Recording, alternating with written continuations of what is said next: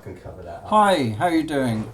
It's been a long time since the beginning of COVID, and during that period, very little reporting from us on health matters. This is a key one. I'm about to show you a short video that was a part of a meeting that was held in Colchester by the Integrated Care Board, which is the new organisation that will be trying to integrate both NHS care and a myriad of folks who could have an impact on the community's health into the future.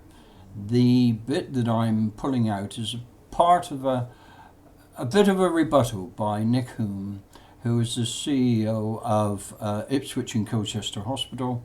He's also, I believe, the regional leader on cancer. So he's a man who knows the subject in and out, and he, like me, have lost family members from cancer.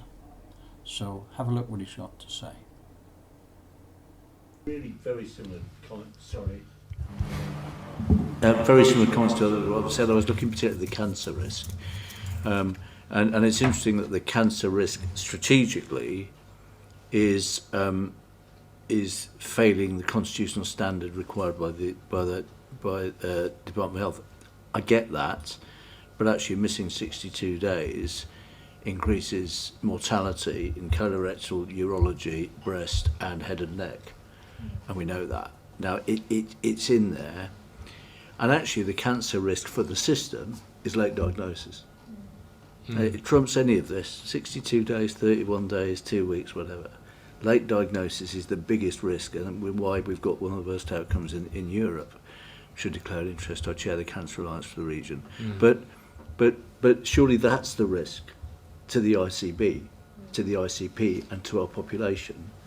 The risk of failing constitutional standards probably sits with the organisations, but it comes back to the bit that we will be held to account as the Board for Constitutional Standards. So it's all the same, and I think it's a really, really rich discussion, and I think it's the beginning of and I'm just wondering how, as a board, we could take some time out, more sort of seminar style rather than board meetings, to really, whether it's performance, whether it's the BAF, because the BAF drives the performance.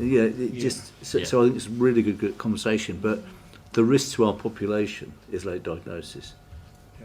That's a really good point, and I saw a lot of...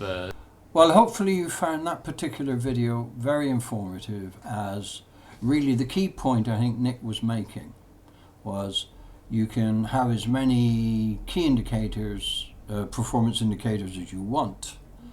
The key message to the community, and particularly primary healthcare out in the community, is we are only going to improve the figures on cancer if we actually have as early a diagnosis as we can. And really that's you, the patients, potential patients.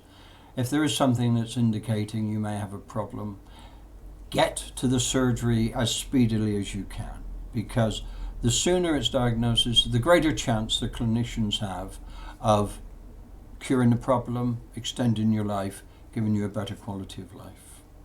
So, really, take to heart what Nick said, and let's cease being the worst performing, or one of the worst performing nations in Europe for the treatment of cancer.